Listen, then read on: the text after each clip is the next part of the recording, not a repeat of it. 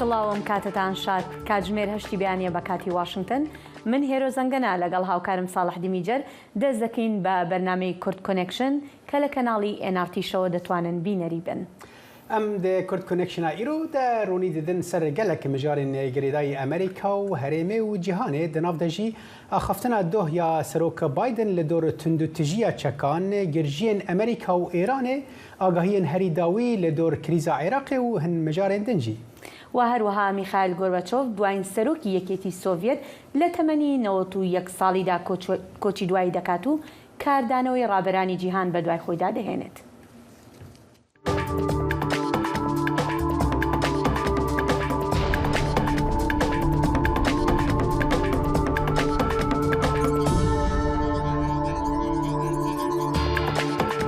Di axaftineke germ de li dijî tundutijiya çekan roja sêşemê Serokê Amerîka Joe Biden gefên tundutijiyên dijî endamên FBI ku li mala Donald Trump li Floridayê lêgerîn kirin wekû nexweşî şermezar kir. Biden got gefxwarin li jiyana endamên cîbecêkirina yasayê û malbatên wan ji ber ku bi tenê yasayê pêk tînin û karê xwe dikin ez dixwazim بقاسی کو از دکارم به زلالی ببیجم لوی ولاتی جه کو جیانا هزین یاسایی بخه مترسیه نینه جه قط نینه از لدجی راوستانا پشتگیری دارایی پولیسم از هر وها لدجی راوستانا پشتگیری دارایی FBI ما آخفتنا بایدن یا لپنسیلوانیا ته پشتی کو FBI و وزارت اولکاری نافخوایی دسپیکا و مهدا هشیاری دابون لسر زیده بونا گفان ده انجام لگرینا FBI مالا ترامپ ل فلوریدای ده بایدن به برفرهی هولدا کو گلکی نیزیکی وکولین درباره مارالاگو نبه و کوشکاسپی گوت کو وزارت داده سر بخواه تفدگره هرچندی مترسیا آشکره کرنا آگادارین هستار باندورین اولهیان تویجی هنه. وەزارەتی دادی ئەمریکا لە ئێستادا دەڵێت گوایە بەڵگەی دروستکردنی ئاستەنگی دۆزیوەتەوە لە بەردەم لێکۆڵینەوەکانی کە لەسەر شیانی خراپ مامەڵەکردن لەگەڵ بەڵگەنامەنیهێنەکانی کە لە ماڵی سەرۆکی پێشوو داناڵد ترامپ دۆزراونەتەوە دەکرێت بۆ زانیاری زیاتر لەسەر ئەم لێکۆڵینەوانە دەچینە لای هاوکار بەڵێن ساڵح بەڵێن لەم بارەیەوە چی نوێ هەیە ئێستا؟ سپاس هێرۆ ئەلبەتە بێلەوەی کە ئاماژە و پێکرد وەزارەتی داد هەڵوێستی فەرمی خۆشی ڕاگەیاندووە و بە فەرمی داوا لە دادگای فێدراڵی دەکات لە ناوچەی باشووری ستانی فلۆریدا تاکو ئەو داوایی کە تیمەکەی داناڵد ترامپ سەرۆکی پێشووی ئەمریکا خستویانەتە بەردەست بۆ دانانی کەسێکی تایبەتمەند ئەو داوایە جێبەجێ نەکرێ یاخو دادگا بڕیاری لەسەر نەدا با سەرەتا بینەر و گوێبیستی ئەم راپۆرتە بین. وەزارەتی دادی ئەمریکا سەرزەنشتێکی قورسی تیمی یاسایی داناڵد ترامپ سەرۆکی پێشووی ئەمریکای کردووە و داوایشی لە دادوەر کردووە ئەو پێشنیازە ڕەت کاتەوە بۆ دانانی کەسێکی تایبەتمەند بۆ پێداچوونەوە و هەڵسەنگاندنی ئەو بەڵگەنامانەی لە ماڵەکەی ترامپدا دەستیان بەسەردا گیراوە.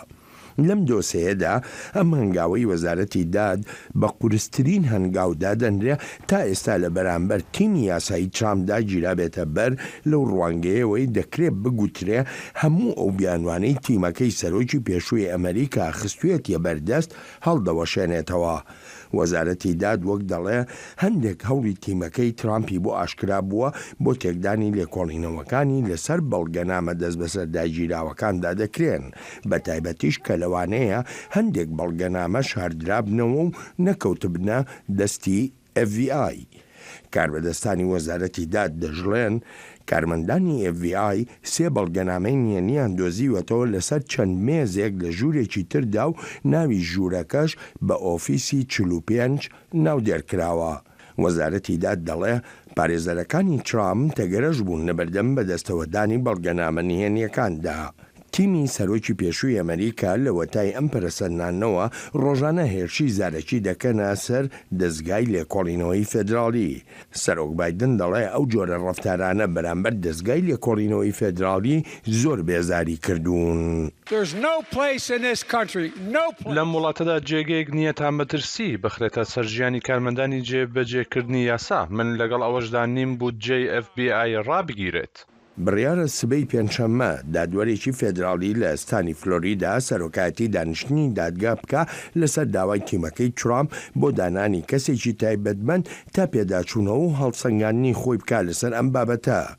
پێشتر ئەم دادوەرە ئاماژەی کردووە بەوەی دانانی کەسێکی تایبەتمەند لەم دۆسەیەدا کار و بڕیارێکی گونجاو دەبێت. تەواوی ئەم ڕەوشە یاسایی کە ئێستا لە ئەمریکادا دروست بووە بە تایبەتی لەم دۆسەیەدا وەکو چیکەرەوە ئاماژەی پێدەکەن بەدەر نییە لەو ڕەوشە سیاسی کە لە وڵاتەکەشدا هەیە بە تایبەتی هەروە دێ و زیاتر نزیک دەبینەوە لە هەڵبژاردنەکانی میدتێرمی کۆنگرێسی ئەمریکا. شیکەرەوە جەختیش لەوە دەکەنەوە کە بە دووری نازان وەشیانێکی زۆریشی هەیە کاتێک کە دەنگدەری ئەمریکایی دەچێتە سەر سندوقەکانی دەنگدان یەکێ لەو فاکتەرانەی کە هانی دەدا بۆ دەنگدان بە دیموکراتەکان یا بە کۆماریەکان ئەم دۆسێ یاساییەیە کە ڕەهەندی سیاسی خۆشی هەیە. بەڵێن کەواتە ئەگەری هەیە کە ئەو دادوەرە فیدراڵیە بڕیارەکەی بە سوودی تیمەکەی ترامپدا بکەوێتەوە. ڕاستە دادوەری فێدراڵی لە باشووریستانی فلۆریدا ئاماژەیەکی کردووە بەوەی کە داواکە بە داوایەکی گونجاو بناسێنێ، ینی دەڵێ داواکە داوایەکی گونجاوە وەشیانیشی هەیە، بەڵام بڕیاری کۆتایی دەکەوێتە سەر سبەی پێنجشەممە کاتێک کە نوێنەرانی وەزارەتی داد و هەروەها نوێنەرانی تیمەکەی ترامپ لە دادگادا ئامادە دەبن هەر یەکەیان قسەی خۆی دەکا بە تەواوەتی و بە وردەکاری زیاترەوە. ئەکەوێتە سەر ئەوەی کە بڵین قسەکان چەندێک بەڵگەی یاسایی و یاخود چەندێک دەقە یاساییەکان پشتیوانی لێ دەکەن. ینی ئەمە لێرەدا ماوەتەوە وەکو پشتوەڕانی یاساییش ئاماژەیان پێکردووە پێناچێت دادوەر لە ڕۆژێک یان لە دواندا بڕیاری خۆی بدا پرۆسەیەکە لەوانەیە ماوەیەکی باشی پێ بچێتە بڕیار دەدا. بەڵام ئەوەی کە هەموو لەسەری کۆکن ئەوەیە لە ئەمریکا یاسا لەسەر و هەموو دەسەڵاتەکانەوەیە. هاوکارمان بڵێن ساڵحمان لەگەڵدا بوو. سپاس بڵێن. سپاس هێرۆ. سەرۆک بایدن ئاخافتنە خۆیان ڕۆژا سێشەمێ bi kar anî ji bo pêşvebirina hewildanên rêveberiya xwe yên rêgirtina li gunehkariyan û berdewamkirina fişarê li Kongresê ji bo vejandina qedexeyeke federal ya demdirêj li ser çekên êrîşker. Demokrat û komariyan bi hev re kar kir ku yasaya ewlehiya çekan de destpêka vê salê de derbas bikin piştî komkujiyên li Buffalo ya New Yorkê û Uvalde ya Texasê. Ew yekem qedexeyên girîngên çekan bûn ji ku ji hêla Kongresê ve dê nêzîkî 30 salî de hatine pejirandin lê Biden çend caran gotiye ku pêwîst e bêhtir were kirin. Wî got me zora komeleya netewiya tifangan bir hûn nizanin ka ew çi qasî ji rayedarên hilbijartî ditirsin. Biden her wiha got em li vir ranawestin. Ez bi biryarim ku li vî welatî çekên êrîşker qedexe bikim. Bi biryarim berê min ev yek kir û ez dîsa jî dikim. وەزارەتی دەرەوەی ئەمریکا کاردانەوەی نیشاندا بەرامبەر بە هۆشداریەکەی ئیبراهیمی ڕەیسی سەرۆک کۆماری ئێران کە هەر نەخشە ڕێگایەک بۆ گەڕانەوەی ڕێککەوتنە ئەتۆمیەکە لەگەڵ زلهێزانی جیهان دەبێت پشکێنەرانی نێودەوڵەتی کۆتایی بە لێکۆڵینەوەکانیان بهێنن لەسەر گەردیلەکانی یۆرانیۆمی دەستکرد کە لە شوێنە ڕانەگەیەنراوەکانی ئەو وڵاتەدا دۆزراونەتەوە. جێگیری گوتەبێژی وەزارەتی دەرەوە ڤێدان پەتێل گوتی ئاژانسی نێودەوڵەتی وزەی ئەتۆمی ساڵانێکە هەوڵی داوە ئێران وەڵامی پرسیارەکانی بداتەوە سەبارەت بە گەردیلەکانی یۆرانیۆمی دەستکرد کە لە شوێنە ڕانەگەیەنراوەکاندا دۆزراونەتەوە و ئێمە بە تەواوی پشگیری لە هەوڵەکانی بەڕێوەبەرایەتی گشتی گرۆسی و ئاژانسی نێودەوڵەتی وزەی ئەتۆمی دەکەین بۆ پەیوەندیکردن بە ئێران لەسەر پێویستی پێشکەشکردنی هاوکاری پێویست بە مەبەستی ڕوونکردنەوە و چارەسەرکردنی کێشەکان. لە مانگی 6 ئێران لەلایەن ڕێکخراوەکە ڕەخنەی لێگیرا لەسەر ئەوەی سەرکەوتوو نەبوو لە وەڵامدانەوەی ئەو پرسیارانەی لەسەر ئەو بابەتانە ئاراستەی کرابوو. استۆلا پێنجەمینە هێزا دەریاییە ئەمریکایە کو ناوەندە وێ لە ڕۆژهەڵاتە ناوینە دەبێژە پاسدارین شۆڕەشە ئێرانی لە کەنداڤە فارسی درۆنەکە دەریاییە ئەمریکی دەستە سەر کرد و پشترا بەردا. فەرماندار تیمۆتی هاوکنز پەیدارێ استولا پێنجان ڕۆژا سێشەمێ گوت کو کەشتیەکە پاسدارên شۆرەشê هەروەها دەستەسەرکردنا سیل درۆن ئەکسپلۆرەر دا.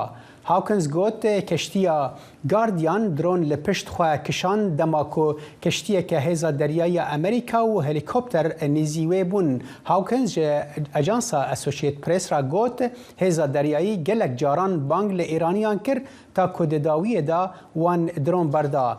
ایران یکسر پیناسین به وی بیاره نکر لی او یک دبد دمکی دا که دناورا واشنطن و تهران دا ایران دا گرجی بلند بونه لسر پیمان ناوکیا تچویا تهران به هزین جهانی را. لە یەکەم ساڵیادی کشانەوەی هێزەکانی ئەمریکا لە ئەفغانستان کە تالیبان بە ڕۆژی ئازادی ناودێری دەکات بە یاریە ئاگرینەکان لە کابولی پایتەخت یادی کرایەوە. کشانەوەکە کە خولەکێک پێش نیوەشەو بە کاتی ناوخۆیی لە 30 2021 تەواو بوو لە کاتێکدا بوو کە ئەو وڵاتە بە شەڕوێران بووە لەلایەن تالیبانەوە دەستی بەسەرداگیرا. پاش 20 ساڵی یاخیبوونیان لە دژی هێزەکان بە ڕێبەرایەتی ئەمریکا کە لە مانگی دەی ساڵی 2001 دا هێرشیان کردە سەر ئەفغانستان دوا بەدوای هێرشەکانی 11 سپتەمبەر بۆ سەر وڵاتە یەکگرتوەکانی ئەمریکا. وەزارەتی کاری حکوومەتە دیفاکتۆکەی تالیبان ڕۆژی چوارشەممە بەهۆی ئەو یادەوە پشووی فەرمی ڕاگەیاند. بله هیرو زنان سال بوری پشتی 20 سالان امریکا لجای افغانستان یکشیا و یعنی دادم که دا کو چند روزی دژی و هر بپله لکاتی کشانو که 11 سپتامبر بله و هر بپله لکاتی کشانو که صالح بینی من که هێزەکانی تالیبان دەستیان بەسەر تەواوی وڵاتەکەوە گرتووە و لەو کاتەشەوە کۆمەڵێک مشتومڕی تر هاتۆتە ئاراوە لە ئەفغانستان یەکێک لەوانەکە هەمیشە جەخت لەسەرەوەکەنەوە کە تالیبان ڕێگەی خوێندن بە کچان بدات بەڵام هەتا ئیستا کە ئەو داواکاریانە وەک پێویست جێبەجێ نەکراوە لەلایەن تالیبانەوە. ڕاستە. بینەر هێژا کورتکۆنشن بەردەوامە لێ ئەم دەچێت ناوەرەکێ پشتی ناوەرێن بەدیگەرن. دەنگی ئەمریکا سەرچاوەی متمانە پێکراوی هەواڵ و زانیاری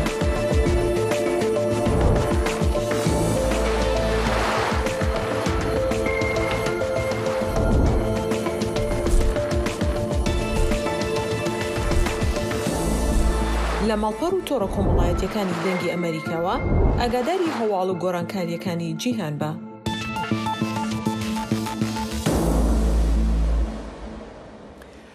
سەرۆکی عێراقی بەرهەم ساڵح ڕۆژا سێشەمێ بخێرهاتنە ڕاوەستاندنە توندوتیژیە لە عێراقی کرد لێ هشیاریدا کۆ کریزا سیاسی بێ داوی نەبوویە و داخوازە هەڵبژارتنێن پێشوەخت کرد کۆ داخوازە مقتەدەل سەدرە وەکو ڕیەکێ ji بۆ دەرکەتنە ji navgirjiyan.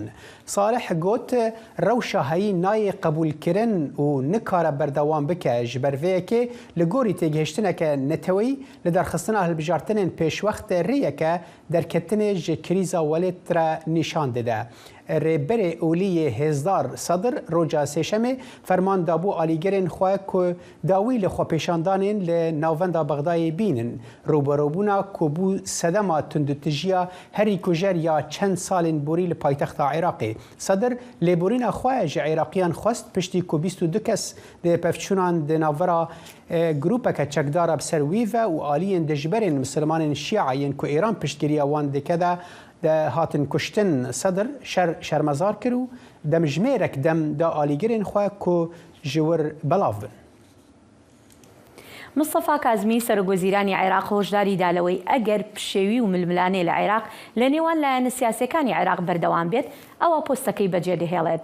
لە وتارەکەیدا کە لە نووسینگەی سەرۆکوەزیران لە بەغداوە پێشکەشی کرد داوای یەکخستنی سەرجەم هێزە ئەمنیەکانی عێراقی کرد لە ژێر چەتری فەرماندەی گشتی و ئەو بارودۆخەی ڕەت کردەوە کە هێزێک هەبێت سەربەدەوڵەت بێت و هێزێکیش هەبێت سەربەدەوڵەت نەبێت.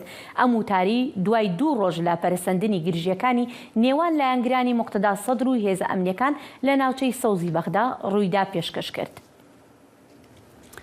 هەرێما کوردستان عێراقی وەکو بەشێک ji عێراقê ji aliyê ewlehî siyasî û darayî ve girêdayî rewşa Iraqê ye û ji vê rewşa Iraqê bêpar nebûye. Ji ber vê yekê çavdêr bang li siyasetmedarên Kurd dikin ku bi baldarî vê rewşê ra bidin û bistînin ji ber ku ew dê bawerin ku ew ne tenê wê bibe eger rûdaneke nexwestî bibe dê Kurd ziyareke mezin bikînin asta ku beşek ji axa هەرێمێ ji dest bidin. Peyamnêra me li Silêmaniyê raportek amade kiriye. دوجار ململانەی قوڵی نێوان لایەنە سیاسیەکان عێراقی گەیاندە ڕوبەڕووبوونەوە و پێکدادانی چەکداری ئەو قۆناغەی کە چەندین هۆشداری لەبارەوە درا بەڵام سەرانی سیاسی و لایەنە سیاسیەکان پێوەی پەیوەست نەبوون. ئەمە ژوای کرد مەترسیەکان بگەنە ئاستێک دۆخی عێراق بە تاوەتی لە کۆنتڕۆڵ دەربچێت. وەک ئەوەی دەوترێت فشارە ناوخۆی و دەرەکیەکان سەدری ناچاری ئەوە کرد داوا لە لایەنگرانی بکات کۆتایی بە خۆپیشاندان و بەریەککەوتن بهێن و ناوچەی سەوز چۆڵ بکەن دواتر دۆخەکە هێور بووە. هەرێمی کوردستان وەک بەشێک لە عێراق لە ڕووی ئەمنی و سیاسی و داراییشەوە گرێدراوی دۆخی عێراقا و بێبەش نەبووە و نابێت لەم دۆخی عێراق. بۆیە چاودێران داوا دەکەن سیاسیەکانی کورد بە ئاگاییەوە مامەڵە لەگەڵ دۆخەکە بکەن چونکە پێیان وایە لە ئەگەری هەر ڕووداوێکی نەخوازرا و کورد زەرمەندی گەورە دەبێت و تا دەگاتە ئاستی لە دەستدانی بەشێک لە خاکی هەرێم. ئەگەر کورد ئەمڕۆ لە هەر چوار پارچەی کوردستاندا دەستکەوتێکی وەسائیقی دۆکۆمنتارێکی گرنگی بەدەست هێنابێ و لە دەستوری وڵاتەکە جێبەجێ کرابێەوە لە عێراقدا ئەمە گەڕە دەست بدرێ بۆ کوردیش لەوانەیە جارێکی تروا بە ئاسانی بەدەست نێتەوە بە چۆڵبوونی مەیدانەکان و لەوانەیە لە هەفتەیەکانی داهات و لە ڕۆژەکانی داهاتوودا ئەنجومەنی نوێنەران دەست بکەنەوە بە دانیشتنەکانیان و لە کاتدا بێگومان ئەبێ سەر و کۆمار هەڵبژێرێ و دوایی ئەوش کەسێک تەکلیفکە لە ئیتاری تەنسیقی بۆ پێکهێنانی کابینە بەڵام حکوومەت پێک دەهێنرێ بەڵام گرنگەوەی ئەو حکوومەتە بتوانێت سەقامگیری سیاسی لە عێراقدا بەدی بێنێت. سەبارەت بە دۆخی ئابووری هەرێمی کوردستانیش شارەزایەکی ئابووری ئاماژە بەوە دەکات ئاڵۆزی دۆخی عێراق کاریگەری لەسەر ئاستی ئابووری و جموجۆڵی بازرگانی هەرێم دروست دەکات بۆیە دەبێت کورد خۆی بە دوور بگرێت لە ئاگری شەڕی عێراق. بە شێوەیەکی ژیر و حەکیمانە لەسەر بنەمایەکی نیشتیمانی کۆمەڵە بڕیار بن بەلایانی کەمەوە نەبینە تەڕەف لەم قەزەیە وەزایدەن ئەوە نێڵین ئەو ئاگرە بە جۆرێک بێت کە ئەمنیەتی هەرێمی کوردستان بخاتە مەترسیەوە خاڵێکی ترکە هەیە کە هەرێمی کوردستان زیانی لێکە مامەڵەی بازرگانی هەیە لە ڕێی دەواازەکان و لەگەڵ عێراقا کە وە چەندین ئێمە جموجۆڵی بازرگانی هەیە جموجۆڵی بارێ هەیە و جموجۆڵی کاڵا هەیە هەموو ئەمانە لە ئێستا لەوانەیە خاونەوەیەکی بەرچاو بەخۆیە ببینێت بۆیە درێژە کێشانی ئەمەش بە دڵنیاییەوە تەسیری هەبێت لەسەر چونکە بڕێکی زۆر پارەی قورسین جنوب و ناوەڕاست ئێتەناو ئەم منتیقە هەج وڵاتێک ئیستیقرارەتی سیاسی ئیستیقرارەتی ئابوووریەکە بکەوێتە ژێر مەترسیەوە ڕاستەخۆ کاریگەری کاتە سەر دراوی قورسی ئەو وڵات. لە ئێستادا دۆخی عێراق هێوربوونەوەی بەخۆیەوە بینیوە و لایەنە سیاسیەکان باشتر و بەرپرسیارانەتر مامەڵە لەگەڵ دۆخەکەدا دەکەن بۆیە داوا لە لایەنگرانیان دەکەن دان بە خۆیاندا بگرن و چاودێران دەڵێن پێدەچێت جۆرێک لە ڕێکەوتنی نوێ بێتە ئاراوە ئەگەرەکان بۆ ئەوە دەچن کە عێراق لە چەند ڕۆژی داهاتوودا بتوانێت دانیشتنی پەرلەمان بکات و حکوومەت پێک بهێنن و عێراق لە قۆناغی شەڕ و ئاشوب ڕزگار بکەن بە تایبەتی دوای ئەوەی کە سەدر بە یەکجاری دوورکەوتنەوەی لە پرۆسەی سیاسی عێراق ڕاگەیاند. سنوور کەریم دەنگی ئەمریکا سلێمانی.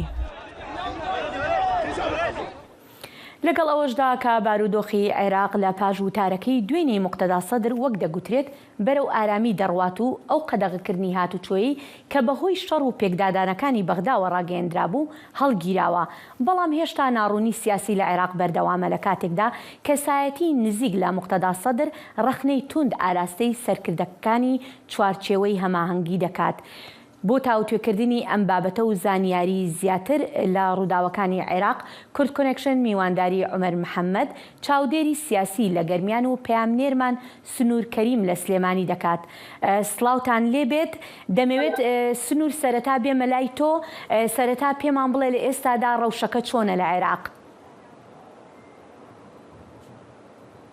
بەڵێم کاتتان باش دیارە وەکو ئامجەناب ئاماژە پێکرد لە ئێستادا وەزع عێراق لە ڕووی ئەمنیەوە تا ئاستێک استقرارێتی بەخۆی و بینیەوە وەزعەکە مستەقرە بەڵام لە بیرمان نەچێ ئەمە هیچ کارێکی لە نەیتوانیەوە واتە ئاشتی یاخوداشتەوەی لە نێوان لایەنە سیاسیەکانە دروستکە واتە لە ڕووی سیاسیەوە دەکرێت بڵێن هێشتا عێراق لە دۆخێکی ئاڵۆز و ملبانەیەکی قورسدایە.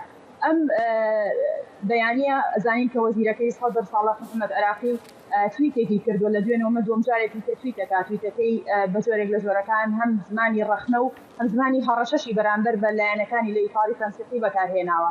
کەواتە لەمەوە تێدەگەین کە هێشتا دۆخی عێراق لە ململانەیەکی قوڵ و سەختی سیاسیدایە، بۆیە ناتوانین بڵێن عێراق گەیشتۆتە قۆناغی ئیستیقراریەت.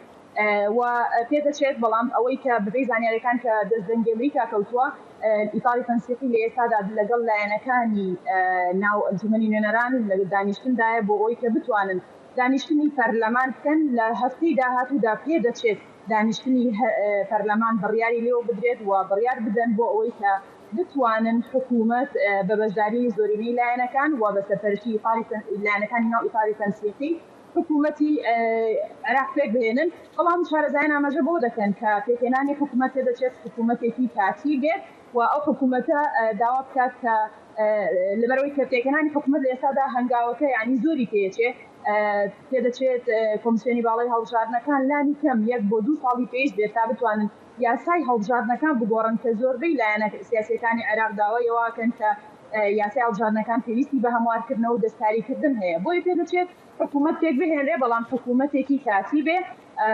دوجار ئەو حکوومەتە بڕیار بدالەوەی کە جارێکی تر پەرلەمان هەڵدۆشێتەوە.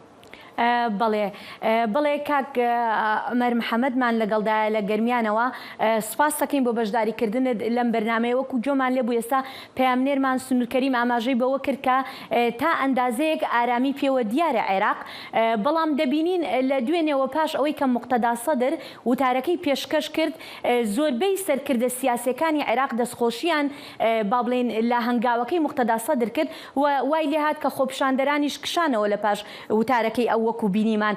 بەڵام ئەمڕۆ ئەو کەسێک کە بە وەزیرەکەی سەدر ناسراوە تویتێکی کردووە و لە تویتەکەیدا ڕخنەی توند لە سەرکردەکانی چوارچێوەی هەماهەنگی دەگرێت. تۆ پێت وایە ئەم تویتە جارێکی تر ببێتەوە هۆی ئاڵۆزی لایەنە سیاسەکان لە عێراق؟ بەڵێ سەرەتا سوپاس بۆ ئێوەی بەڕێز و بۆ بینەران و گوێگرانی بەڕێز. وەڵام من پێشەوەی وەڵامی پرسیاری بەڕێزتان دەمەوە حەزەکەم ئاماژەیەک بۆ شتێکی زۆر کورت بکەم. عێراق لە 20 کۆتایی 20 و سەرەتای 21ەوە دروست بووە تا ئەم چرکە ساتێ هەموو جارێک هەموو دەمێک لە هەموو ڕووداوەکانی عێراقدا نەخوازرا و پێش خوازرا و کەوتوواتە مفاجعات پێش تەوەقعات کەوتووە، چونکە پێکاتەی عێراق لە سەرەتای دروستبوونی بە زۆرە ملێ بووە. بۆ ئەم ڕووداوی ئێستاش کە لە دوێنێدا ڕوویدا و موقتەدا سەدر لە ڕاستیدا موقتەدا سەدر پێش ئەوەی فشاری سیاسی لەسەری بێ فشارێکی مەرجعی لەسەری بوو ئەوەی پشتی موقتەدا سەدریشکان حائریە مەرجعی دینیەکەی بوو لەژێر فشاری ئێرانە. ئەوە لای خەڵکی سیاسی و خەڵکی ئاگایی ڕوون و ئاشکرایە. خاڵی دووەمی موقتەدا سەدر ویستی تۆپەکە لە ساحەی خۆی دەرخات و بیخاتە ساحەی ئیتاری تەنسیقی و بیەوێ من بۆ مێژوو ئۆباڵەکە هەڵ نەگرم و لەسەر من نەبێ ئەم ئاگرە گڕی کرد، بەڵام گڵپەی هەڵنێن نەسیە ئەو توانی کپی کاتەوە. بەڵام چاودێران و سیاسیەکان پیان وایە لە ئایندەیەکی نزیکە پێ ئەچێ دۆخەکە جارێکی تر گڕ بکرێتەوە. بیدەلیلیش بۆ ئەمە بە پێی خوێندنەوە پێوەدانگێکی واقعبینانە بۆ دۆخی سیاسی ئەو بەیاننامەی ئیتاری تەنسیقیە کە ئینەما بە کوردی خۆمان دەڵێ نەبایاندی و نەباران بە سەرکەوتنی بۆ خۆیان نەزان ئەمە ڕوانینێکی سیاسی ناتەندروستە بۆ ئایندەی ئەم وڵاتەی کە ئێمە تای ئەژین و ناوی عێراقا. و لە دوای ئەوەشە موقتەدا سەدر چەند هەڵەیەکی پێشتری کرێکێک لەوانە ئینسحابێکێک لەوانە کە ئینسحابی کرد لە پەرلەمانە ئەوە هەڵەیەک نەیتوانی و بە دیوەکی تر هەڵەیەن موقتەدا سەدر پشتی بەخۆی و بە گەلی عێراقی بەستووە. بەڵام لە 2003 بەملاوە ئەوەی ڕۆڵی لە معادلەی سیاسی عێراقانیە گەلی عێراقا وڵاتانی ئەقلیم و وڵاتە زنهێزەکانی دنیاە و ئێمە لای شمان ڕوونە کە ئێستا گفتوگۆیەکی نێوان ڕێکەوتنێک با بڵین لە نێوان ئێران و ئەمریکا هەیە بۆ اتفاقی نەوەڵیەکە. ئەم گفتوگۆیە چارەنووسی عێراق و سۆنەری عێراقمان پێنیشاندا واتە ئەگەر بێت و تا ڕێکردنەکە نەکرێ ناتوانین ئاماژەیەکی دروست بدەینە دەستەوە بڵێن ئایندەی عێراق بەو شێوەچێ. بەڵام ئەوەی لەبەر چاو بە پێی پێوەدانگەکان و بە پێی تێگەیشتنەکان عێراق پێ ناچێ بەو ئەقڵێتی کە ئیتاری تەنسیقی هەیەتی و ئەوێ حکومەت تەشکیلکە بە نەفس محاسەسە هیچ ئامانجێکی بۆ ئایندەی وڵاتەکە و بۆ ملەتەکە نەبێ من بەسەرکەوتوی نازانم پێم وایە بەنجێکە دراوە لە دۆخە سیاسەکە بۆ ماوەیەکی کەم لە هەفتەیە یان زیاتر ناخایەنێ جارێکتر دۆخەکە بەرەو ئاڵۆزی ئەڕاتەوە. بەڵێ با بینەوە سەر ڕاگەاندنەکەی ئەو کەسەی کە باسمان کرد وەزیرەکەی سەدر با بڵێن خوێندنەوەت بۆ ئەو ڕاگەاندنە چییە کە ئێستا داوێتی؟ ئەو ڕاگەاندنی کە با بڵێن ئەمڕۆ بڵاوی کردەوە ئاماژەیە بۆ ئەوەی ئەڵێ ئێمە مەهەین ئێمە ئین بەو مەرجەی لە پشتی پەردەوە شتێکەیە دیارە بەڵێنێک دراوەتە موختەدا جا ویستم ئاماژە بە شتێکم ئەم وڵاتی ئێمەی تیاین و کە عێراقە لە دروزیۆن تا ئێستا حەز دەکەمەوە زۆر تەرکیزی لەسەرکەم هەموو ڕووداوەکان لە نیوە درەنگانی شەو لە بەرەبەیانە ڕوویداوە لە بەرەبەیانی پێرێدا وەها شتێک هەیە تا چەند ڕاست و دروستی تەواوە بەڵگەی دروستمان نیە بەڵام ئەڵێن وا ڕێکەوتون گوایە ئیتاری تەنسیقی لەگەڵ جەماعەتی ئەمانە موختەدا پەرلەمان لە ڕێگەی محکەمەی اتحادیەوە بەرجەنسە یەکەم دانیشتن و هەڵی وەشێنەوە حکوومەتێکی کاتی دروستکەن لە ساڵێک کەمتر نەبێ و لە 2 ساڵی زیاتر نەبێ بۆ ئەوەی جۆرێک لە دەستکاری لە دەستورەکە و کۆمیسیۆنی هەڵبژاردن و سیستەم نیزامی هەڵبژاردنیش ڕێک بخەنەوە. بەڵام لە پاڵەمەدا من وەکو خۆم پێم وایە عێراق بەرەوە حکوومەتێکی ئەنقازی وەتەنی ئەڕوا عێراق بەرەوە ئەو ئەڕوان ناکرێت دەبێ جۆری حکومەکە لە سیستەمی دیموکراسی تەوافقیوە کە لە دوای 20 ساڵ فەشەلی هێناوە بۆ دەوروبەر و بۆ جیهان و بۆ خەڵکی عێراقیش دەرکەوتووە ئەبێ سیستەمێکی مرکزی شوب دیموکراتی نیم دیموکراتی دامەرزێ بۆ بتوانین عێراق لەم گۆبەنە نەجاتی بێ. بەڵێ کاکومەر دێمە وڵات لەگەڵمانە بمێنەرەوە گەڕێمەوە لای پەیامنێرمان سنوور کەریم. سنوور دەمەوێت بزانم لە ئێستادا هیچ جموجۆڵێکی خۆپیشاندان هەیە لە بەغدا یان نایە بە تەواوەتی کۆتایی پێهاتوە خۆپیشاندانەکان؟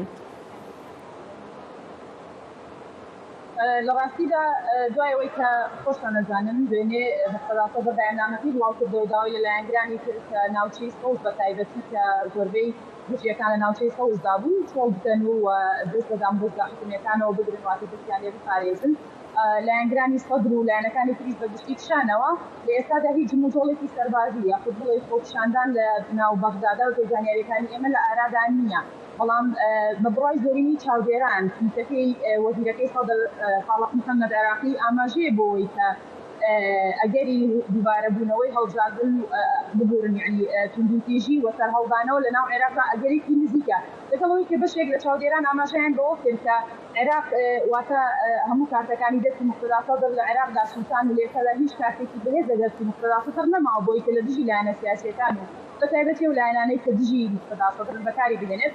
بەڵام لەلایەکی تریشەوە بەشێکی زۆری چاودێران پێیان وایە ئەمەی کە موقتدا سەدر پیشانی عێراق و لایەنە سیاسیەکانی ناو عێراقیدا ئەمە بەشێکە لە یاریەکە سەرەتای یاریەکەیەکە لە داهاتوودا مەترسیەکان پێدەچێت تا زۆر گەورەتر ببن و ئاڵۆزتر بن دۆخی عێراق دەرەو هەنگاوێکی زۆر مەترسیدارتر هەنگاو بنێت. بەڵێ کاکومەر ئەگەڕێمەوە لای تۆ دوێنێکە بینیمان سەرۆگۆزیرانی وڵاتەکە مستەفا کازمی ئاماژەی بۆ کرد ئەگەر توندوتیژەکان بەو شێوە بڕوە هۆشداری ئەوەیدا کە دەست لە کار دەکشێتەوە پۆستەکەی بەجێ هێڵێت لە ئەگەری هەنگاوێکی لەو جۆرەی مستەفا کازمی چی ڕوەدات بەڕای تۆ ئەگەر عێراق با بڵین جارێکی تریش بگەڕێتەوە پەنابێتەوە بۆ هەڵبژاردننی جارێکی تر هەڵبژاردننی پێشوەختە چونکە وەکو دەزانین هەڵبژاردننی ڕابردوش لە مانگی دا هەڵبژاردننی پێشوەختە بوو ئەگەر جارێکی تر هەڵبژاردننی پێشوەختە ئەنجام بداتەوە تۆ پێ دوایە کێشەکان چارەسەر بکرێت؟ من نەخێر پێم وانە موقتەدا کازمی لە ئەو پەڕی ناچاری هەم هۆشداریدا هەم ئەوەیشی ڕاگەیان کە من نەمێنم چونکم تەنیا دەستگایەک ئێستا مابێ چ لە پەرلەمان و چ لە سەرۆک کۆمار و چ لە محکەمەی اتحادی بە فەعلی لە ڕۆژی خۆپیشاندان و تەقەکردنەوە تا ئێستا مابێ مستەفا کازمیە لای هەموانیش ڕوونە یەکێ لە مەرجە سەرەکی و بنەڕێکەکانی ئیتاری تەنسیقی نەمانەوەی مستەفا کازمیە. باش ئەمە لە لایەکی مستەفا کازمی باشکرا لە ئاماژەکانیان دەڵێن ناواخنی ئاماژەکانی ئاوایە ئەڵێ عێراق لێرە بەدواوە بە ملیشیات ناڕواتە ڕێوە ئەبێ دەوڵەتی قانون و حکوومەتی مؤسسات بێ ئەمە وتەیە ئاسانە بەڵام لە پراکتیکا زۆر ستەمە. من پێم وایە دووار ڕئیس وزەرا لە عێراقا مستەفا کازمیە کە ئێستا ماوەیتر بە شێوازی حکومڕانی لە عێراقدا گۆڕانی تێدا بەسەردێت بۆ لەبەرەوە لە ماوەی 20 ساڵە ئەم ئەحزابە سیاسیانەی چ لە کوردستان و چ لە عێراق نەیانتوانی نموزجێک واتای وێنایەک پێشکەش بکەن بتوانن عێراق لە دۆخێکی نالەبارەوە ببن بۆ دۆخێکی لەبار بە پێچەوانەوە ڕۆژ دادێ لە خراپەوە بۆ خراپترمان ئەبن. ئەمەش ئەوەمان پێ دەڵێ بەم ئەحزابانە بەم شێوازە بەم نەمەتەی حکومکردن ناتوان دۆخی عێراق بگۆڕن. ئەگەر وابێ قەرار وابێ هەڵبژاردنێکی پێشوەختە دۆخی سیاسی باشکە ئەبێ ئێمە ئاماژە بۆ بکەین بڵین میکانیزمی هەڵبژاردنەکە چۆنە. مەسەلەن ئەمە یەک ئایا کۆمیسیۆنی هەڵبژاردنەکە چۆنە بێ، ئایا ئەو مەحکەمەیە کە بڕیارەدا مەسەن کێشەی عێراق لە 2003 تا ئێستا کێشەی دەستورە چونکم لە دەستورە دەڵێ کتلەی ئەکبەر گەورەترین لیستی براوە حکومەت تەشکیلەکە بەڵام ئەو قوڕی کە ئەو باڵین ئەو چاڵەی ئەیاد عەلاوی تێکەوت خۆیان تێکەوتن ئێستا لە 2010 موامەرەکە بەدەستی وڵاتانی ئەقلیمی و دەولی بە تایبەتی ئێران و باڵێن ئەمریکا ئیشکرا تەنسیقیان کرد لەسەرەوەی کە ئەیاد عەلاوی نەبێتە ڕئیس وزەرا تا ئێستا ئێمە ئەناڵێنین بۆیە ئێستا دەبێ دەستورەکەت لایەنی کەم هەموار بکرێ دەبێت سیستەمی هەڵبژاردن و میکانیزمی هەڵبژاردن بگۆڕێ دەبێت دۆخێک لە عێراقا بێتە ئاراوە عێراق لە بنبەستایە عێراق دەچۆتە ئەو دۆخەی لێرە بە دواوە تەحملی ناکا. بەڵێ فەرموو زۆر بە کورتی چونکە پرسیارێکی ترم ماوە گرنگە بەلامەوە زۆر بە کورتی فەرموو. کەمتر لە ڕستەیەکە ماوە عێراق ئەگەر چارەسەر نەکرد لە زووترین کاتە بۆ هاوشێوەی لیبیا و سووریا و یەمەن و وڵاتانی ترەچی. بەڵێ کاک عومەر پرسیارێکی تر بەلامەوە گرنگە بیکەم کە ئایا کوردەکان لە هەرێمی کوردستان چۆن بتوانن خۆیان لەم لەملانەیەی عێراقدا بپارێزن؟ ئایا دەتوانن کارێکی وا بکەن؟ ئەوە کوردەکانینەوە قیادەی سیاسی کوردەوە ئیمڕۆ ئۆباڵی هەموو دۆخی سیاسی کوردستان لە عێراق لە ئۆباڵی مەسعود بەڵێ منیش مەبەستم بەرپرسە سیاسی کوردەکانە چۆن بتوانن خۆیان بپارێزن. بەڵێ ملەتی کورد نییە لە دنیای سیاستە ملەت بڕیار نادا قیادەی سیاسی بڕیارەدا و بە تایبەتیش لە ڕۆژهەڵاتی ناوەڕاستدا ئەوان بتوانن خوێندنەوە بەس ئێمە کێشەیەکی سیاسی کورد هەمیشە نە پێش ڕووداویش هەمیشە دوای ڕووداوەکان کەوتووە منە و ترسەمەیە ئێستاش خوێنان بۆ ڕووداوی سیاسی ئایندەی عێراق نەبێ و بە زەرمەندی یەکەم دەرچین ئێمە لەم دۆخە بۆیە ئامار قسەی کۆتاییمەوەیە عێراق لە بەردەم دوو ڕێگایە ڕێگای سێوی تیانە یا گەڕانەوە بۆ مەرکەزیەت یا دابەشبوون ئەوەش بەرژەوەندی وڵاتانی زنهێزی دنیا و وڵاتە ئەقلیمیەکان ئەیخوازیێ بزان بۆ کامیانە بێ. بەڵێ عومەر محەممەد چاودێری سیاسی و پاملێرمان سنوور کەریم لە سلێمانیەوە لەگەڵماندا بوون زۆر سوپاس بۆ کاتەکەتان. دەنگی ئەمریکا جافکانیەکە پێباوەریان و چاو ئاگاهیان.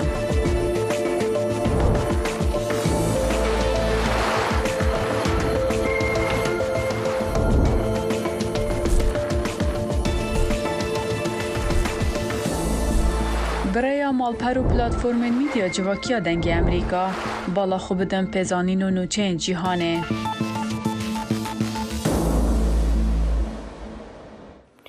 ئاژانسا هەواڵەکانی رووسیا بڵاویان کردەوە میخائیل گۆرباچۆڤ لە تەمەنی 91 ساڵیدا کۆچی دوایی کرد. گۆرباچۆڤ لە ڕۆژئاوا بەو کەسە بەناوبانگ بوو کە هاوکار بوو بۆ ڕووخانی دیواری بەرلین و کۆتایی هێنان بە شەڕی سارد بەبێ خوێن ڕشتن بەڵام لە ناوخۆی وڵاتدا پشتیوانی کەم بوو. پاش دەیان ساڵی شەڕی سارد و ناکۆکی ڕوبەڕووبوونەوە گۆرباچۆڤی دوایین سەرۆکی یەکێتی سۆڤێت کۆتایی بە ناکۆکیەکان هێنا ئەو هاوکار بوو لە کۆتایی هێنان بە دابەشبوونی ئەوروپا و ئەڵمانیا یەک بخاتەوە و لەگەڵ ئەمریکاشدا ڕێکەوتنی چەکی ناوکی مۆر کرد و یەکێتی سۆڤێتی لە بۆ یەکەم جار لە پاشدەنگی جیهانی دووهەمەوە لە ڕۆژئاوا نزیک کردەوە. پشتی نوچه امرنا میخائیل گورباچوف روجا سێشەمێ رێبەرین جیهانێن بەرێ وێن نها ڕێز لێ گیانێوی گرت. سەرۆکی ئەمریکا جو بایدن روجا سێشەمێ داخوێنیەکێدا و تێدا سەرۆکی داویە سوڤێتێ وەکو مرۆڤێکی خودینەرینەکە باڵکێش بناف کرد. داخوێنیە کۆ لەسەر ماڵپەرا کوشکا سوپی هات وەشاندن گوت کو گورباچۆڤ چاکسازیên دموکراتیکی قبول کربوون و گلاسنۆست و پرسترایکا آنکو وبون و جنوب آواکرنه باور بو. سکرتری گشتی نتوانی بوی انتونیو گوترس یک جوان سرکردیان بو کل سر تویتر بحثا مرنا گورباچوف کر و گوت میخائیل گورباچوف مروفکی دولت بو کو دیرو گوهراند. سروکا کمیسیون اوروپی اورسالا وان در لین گورباچوف وکو ریبرکی پی باور و ریزدار بناف کرو شورمندا بری یا اولکاریا نتویا امریکای کندالیسا رایس وەکو مرۆڤێکی کو هەوڵدا ژیانەکە چێتر ji gelê xwe re peyda bike binav kir. گورباچۆف dê li Moskoyê li kêleka hevjîna xwe Raysa ku di sala 1999 de mir were binaxkirin li gor Ajansa Nûçeyan TASS. تیمێک بە سەرۆکایەتی سەرۆکی ئاژانسی نێودەوڵەتی وزەی ئەتۆمی ڕۆژی چوارشەمە لە کیێڤەوە بەڕێکەوتن بۆ وێزگەیەکی ئەتۆمی لەژێر دەستی رووسیا لە باشووری ئۆکرانیا کە نیگەرانی جیهانی بە دوای خۆی داهێناوە. کارگەی زاپارۆژیا کە گەورەترین وێزگەی ئەوروپایە لە هێڵی پێشەوەی نێوان هێزەکانی رووسیا و ئۆکرانیادایە و لە چەند ڕۆژی ڕابردوودا چەندین جار ئەو ناوچەیە تۆباران کراوە و هەردوو لا یەکتر تۆمەتبار دەکەن. ڕافایل گرۆسی سەرۆکی دەستگای وزەی ئەتۆمی نێونەتەوەیی کە ڕۆژی دووشەمە لەگەڵ تیمێکی 13 کەسیدا گەیشتە کیێڤ گوتی لە ئێستادا کار دەکەین و لە چەند ڕۆژێک لە وێزگەکە دەبین و پاشان راپۆرتی خۆمان دەدەین. کارمەندên کاروبارê tengaviyên yên Ukraynayê roja sêşemê li Dnêpro rahênan kirin di demekê da ku cîhan bixeme li ser her rûdaneke rijandina tîşkên navokî ji sentrala navokiya Zaporêja. Rahênan li ser derxistina xelkê bûn di sînaryoyekê de ku sentrala navokî li başûrê Ukraynayê di nav şerên domdar de rastî ziyanê bibe. Agahiyên ku ji aliyê xizmetên lezgînên dewleta Ukraynayê ve hatin belavkirin got ku rahênan girîng e ji ber ku rewşa li sentrala navokiya Zaporêja asteng dibe û tîmên rizgarkirinê ji bo her pêvajoyekê amade ne. Di rahênanê de endamên xizmetên lezgînên dewletê, polîsên neteweyî, xebatkarên tenduristiyê, nûnerên ewlekariya Ukraynayê û serokên rêveberiyên leşkeriyên navçeyan amade bûn.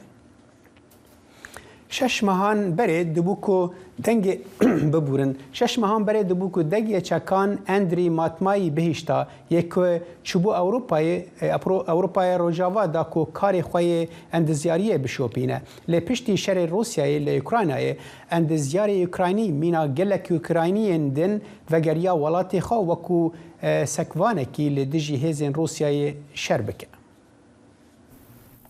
ئەزمموی ئەم ئەندازیارە هەمان ئەو ئەزممونەیە کە زۆرێک لە ئوکرانیەکان پێیدا ڕۆیشتون و دەڕۆن ئەویش گەڕانەوەیە بۆ وڵاتەکەیان و دەسەڵگرتنیانە لە ژیانی تایبەتیان بۆ بەرگری لە خاکەکەیان لە دژی هێرشەکانی رووسیا.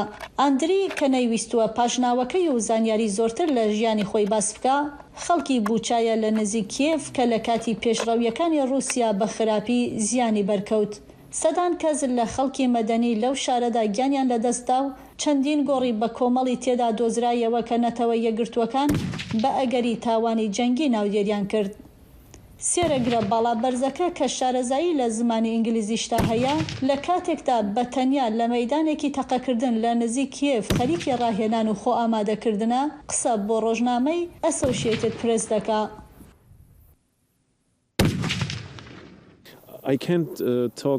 ناتوانم هیچ بڵێم، ناتوانم بڵێم ئەم کارم بەدڵە و حەزم لە کوشتنی خەڵکە، بەڵام ناچارم بیکەم.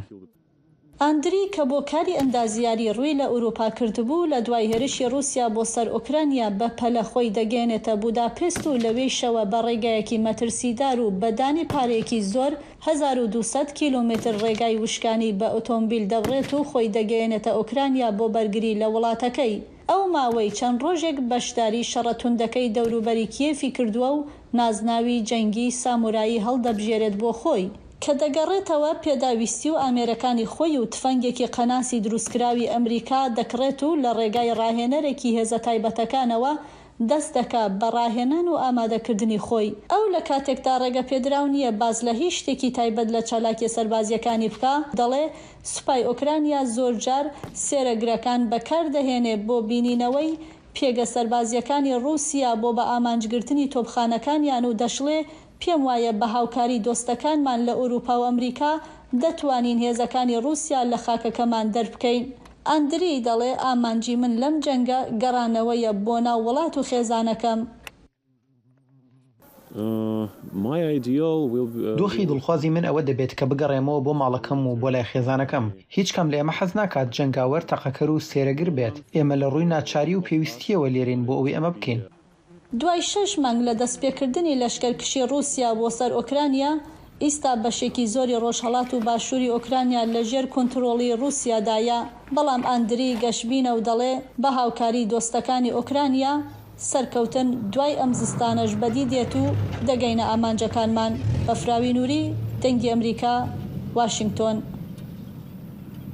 لە کاتێکدا لەشکری ئەمریکا پێی وایە چین بەردەوامە لە بەهێزکردنی پێگەی لەشکری خۆی لە دەریای ئیندۆپاسیفیک، لە ئێستادا ئەمریکا تاوتوی ئەوە دەکات کە زیاتر گەمی پێکەشتیوان لەو ناوچەیەدا بەکاربهێنێت. ئەم چار کەشتیên بێ ئاژۆدوانیên bi navê Sea Hunter, Sea Hawk, Nomad û Ranger ji nûtirîn alavan di hêza deryayî Amerîka de. Vê havînê bo yêkem car hêza deryayî Amerîka derfet da dengê Amerîka wan wê nebike. Nav heyewne dest av tê de hene bi tinê divê mirov li benderê deryayê pal bidet bû nav avê ji ber selametiya wê.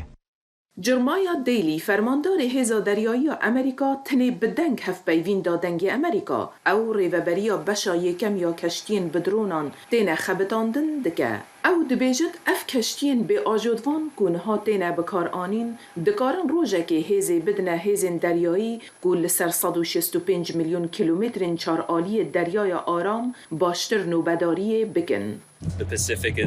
Okyanusa Pasifîk panayiyek amazina avê û çendîn sîstemên bê mirov têda hene ku dikarin hez bi sîstemê jîngehê mirov têda bikin. Dikare peywendiyan durist bike ne tinê bû Amerîka belku bû hevalbendên wê jî. Japon, Singapur, Koriya Başûr û Çînê hemiyan bername hene bû pêşxistina keştiyên bê ajodvan. Berpirsê Payebilindê Bereyê Pentagonê, Randy Schreiber dibêje, keştiyên dron ji bo parastina Indo-Pasifîkek azad û vekirî li hember ertişa Çînê ku di ber firhebûnê de ye giring e.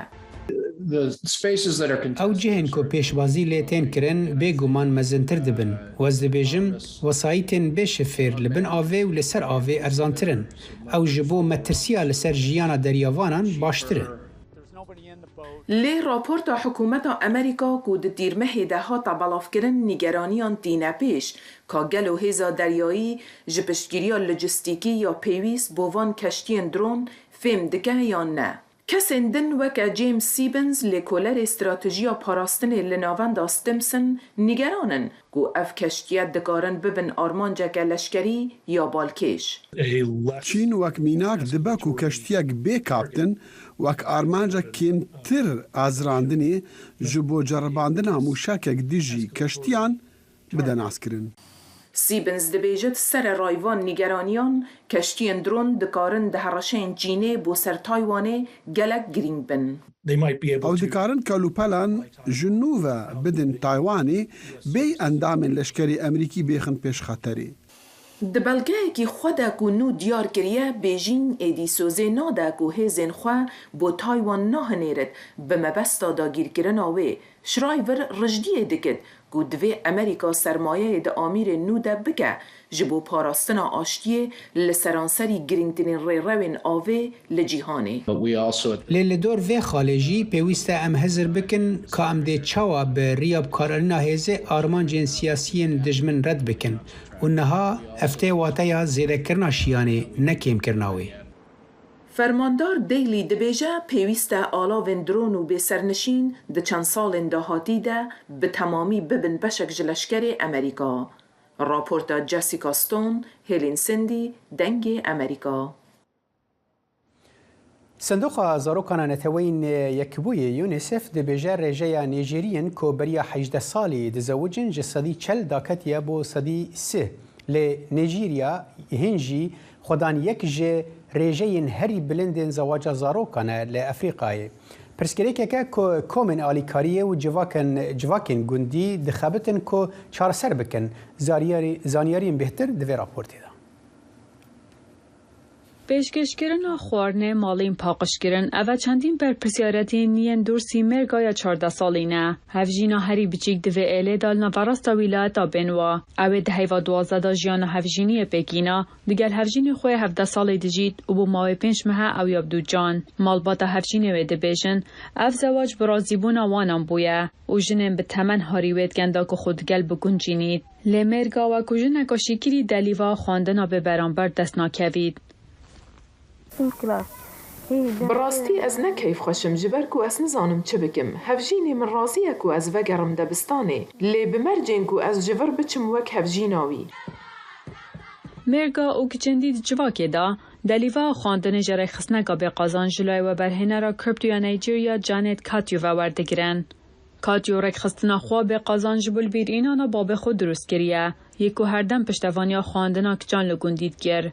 Katyu heybetîma dema ku zaniye ve çendîn mehin Mêrga neçwe xwandingehê. û ew dibêjît pêkînana hevjîniyê di jiyê zarokîniyê da nîgeraniyeka serekî ye. Lema rêxistina wê giringiyê bi xwandina kiçan dide. Planiya dê û bavan ne xwendevanin ji ber vê yekê dema ku keçek dikeve temenekî diyar ew hêz dikin ku divê ev zarok mêr bike û ne bi tenê mêr kirin da ku ew jî tiştekî ji vê zaroka keç re peyda bikin. Dema ku em mezin bûn bavê min em perwerde dikirin. Xelkê di gotê me hûn çi dikin?